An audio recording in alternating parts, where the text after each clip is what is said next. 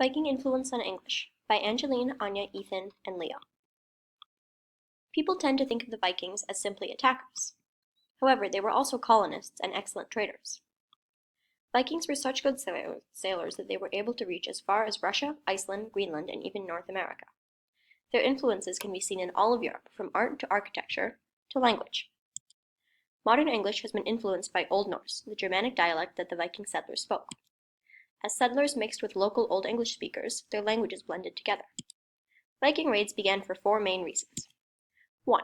After the death of the Frankish king Charlemagne in 814, his son was a very bad ruler, and the weak and crumbling Frankish Empire was vulnerable to attacks. 2. The Vikings were excellent traders and had relied partially on the Baltic Sea trade.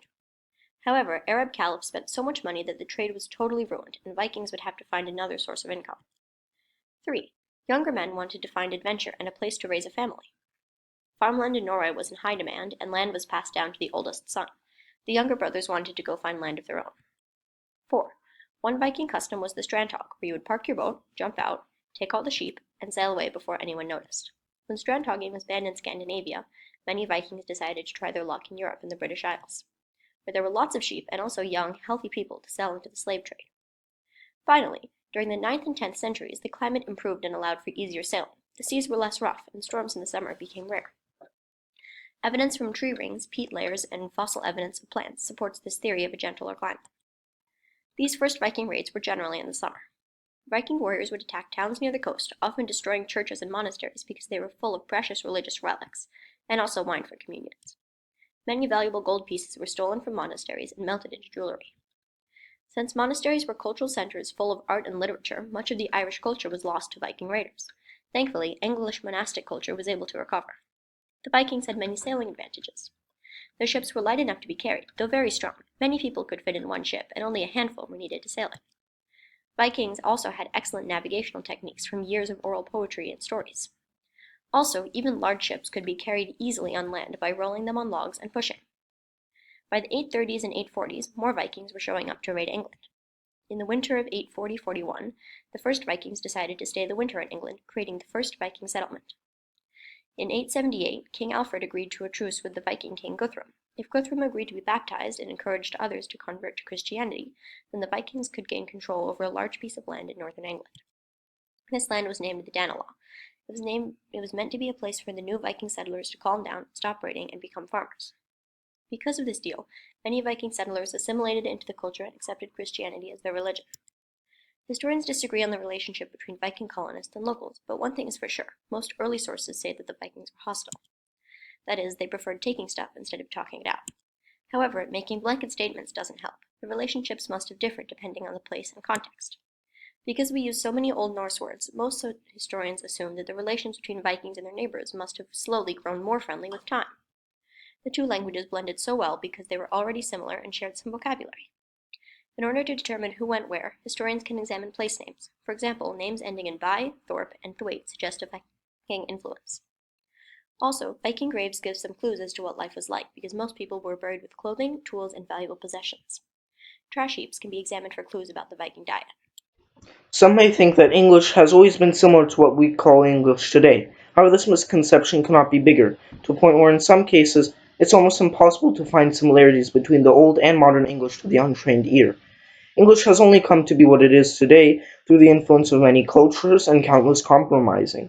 One of the primary and secondary influences on the English language were Vikings. Vikings in Britain came to be in the 8th century. This is because during this time, Vikings had begun to raid the east coast of Britain, pillaging and plundering towns and monasteries of northern England. These Vikings came from Denmark, Norway, and Sweden. However, the Danes were the most well known, primarily because of their ferocity, ruthlessness, and callousness. They would also have the biggest effect on English as well, going to the point of changing the language's grammar system. By around 850, Vikings had progressed so far into the country that began a full-size invasion with many ongoing battles. The Viking expansion, however, was finally stopped by Alfred the Great, and, in 1878, a treaty between the Anglo-Saxons and Vikings established the Danelaw. Danelaw, although only lasted a century, would have a very important effect on English. Vikings spoke what was called Old Norse, a blanket term for three dialects that the language was divided into. Old English and Old Norse shared many common words to the point where communication was possible, however not fully understandable, as the grammar was quite different between the two languages. However, this soon changed. During the Viking invasion, Vikings would begin to settle down in England, and when their invasion had been halted, they would begin to merge with the culture, with Danelaw sponging up parts of Old English and the mainland adopting parts of Old Norse. For example, the Danes, as they settled down, would cause English to revert itself from a strongly inflected language, such as most European languages at the time, to the grammar style more such as Old Norse. This would cause Old English to drop word endings and genders, and would come to adopt many new grammatical words, something not typically done by a language. For example, Old English would borrow pronouns and verbs from Old Norse like he, she, and it. However, they was instead borrowed from Scandinavian. The English language, on top of adopting a new grammar style, would adopt many Norse words. At first, the amount of words accepted into the English written language was small as in 150 words small. However, it is unknown how much Norse would be adopted into the spoken language, but we do know that over the first few centuries, up to 1,000 words were added to the written English. Of these, some of the most common and fundamental words were introduced, such as words for family ties, words for describing the human body, words for emotions, words for food, and sailing terms such as row or cast. As you can see, the words Old English adopted from Old Norse were all terms used primarily for speech, with the exception of sailing terms. However, these can be explained in the sense that Vikings had vast sea-traversing knowledge, and thus their more descriptive terms would be adopted.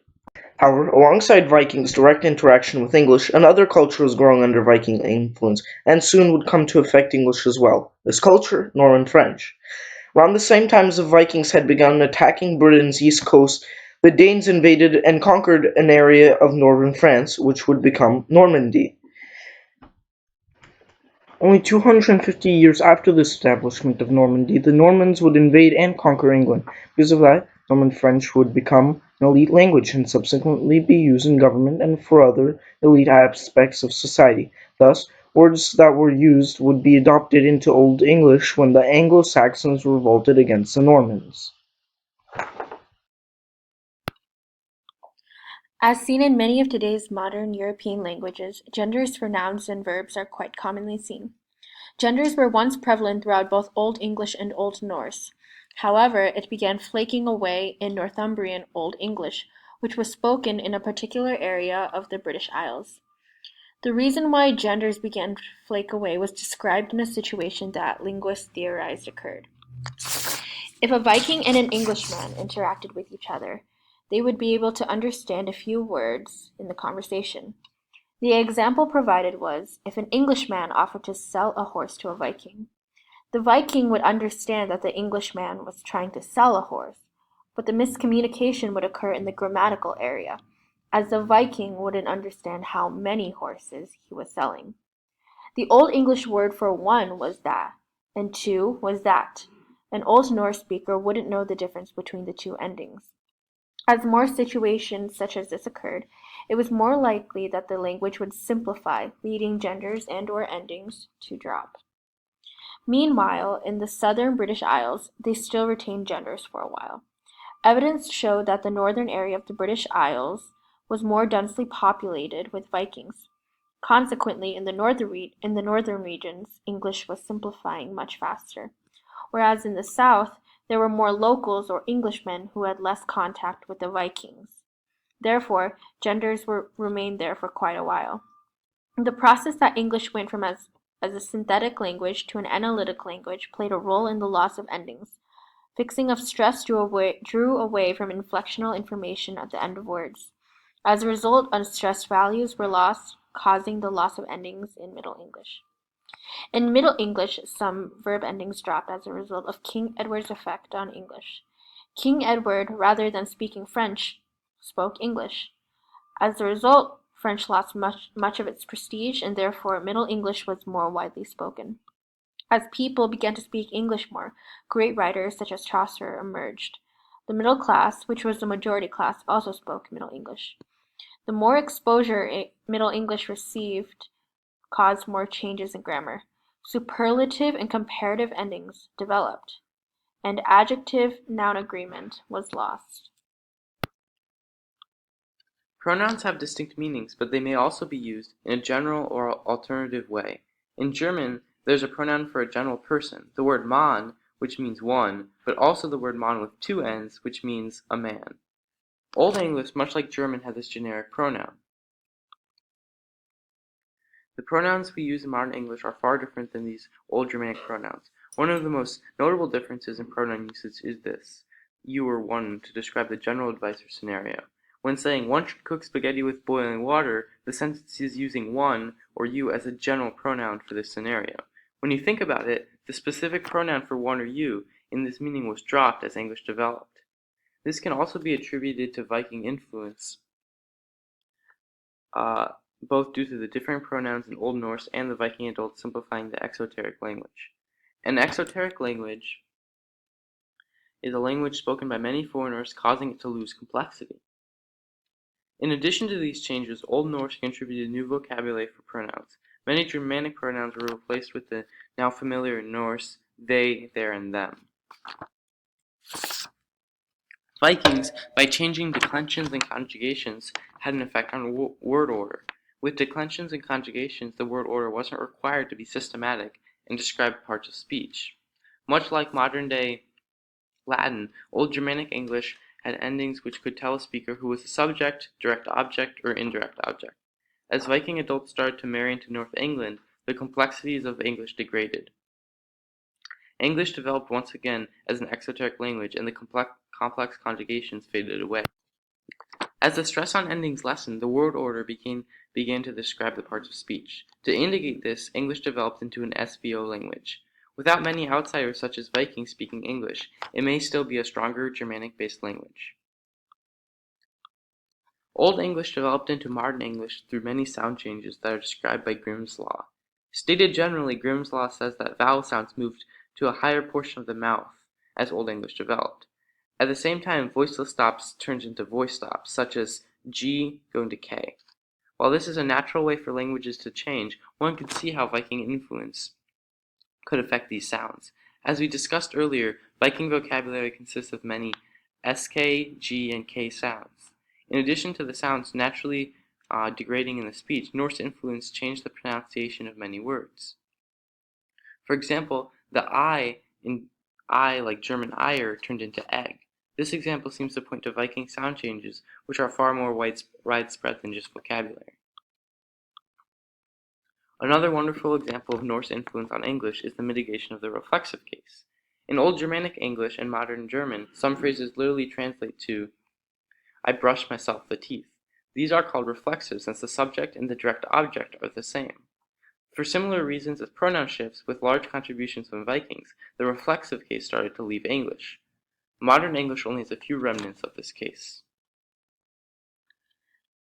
As seen, the Vikings had an enormous impact on the development of English. From the Viking raids that were conducted early on to the interactions between Englishmen and Vikings, the English language underwent considerable changes in terms of vocabulary and grammar. Languages are always changing, whether it is due to normal speech changes or influence from new people. English is a prime example of this, as the Vikings helped to accelerate this process of simplification of grammar in English. This period in the history of English could even be observed in the modern day as proof that English has continued and will continue to evolve and change in a myriad of different ways, as it remains the lingua franca of the world.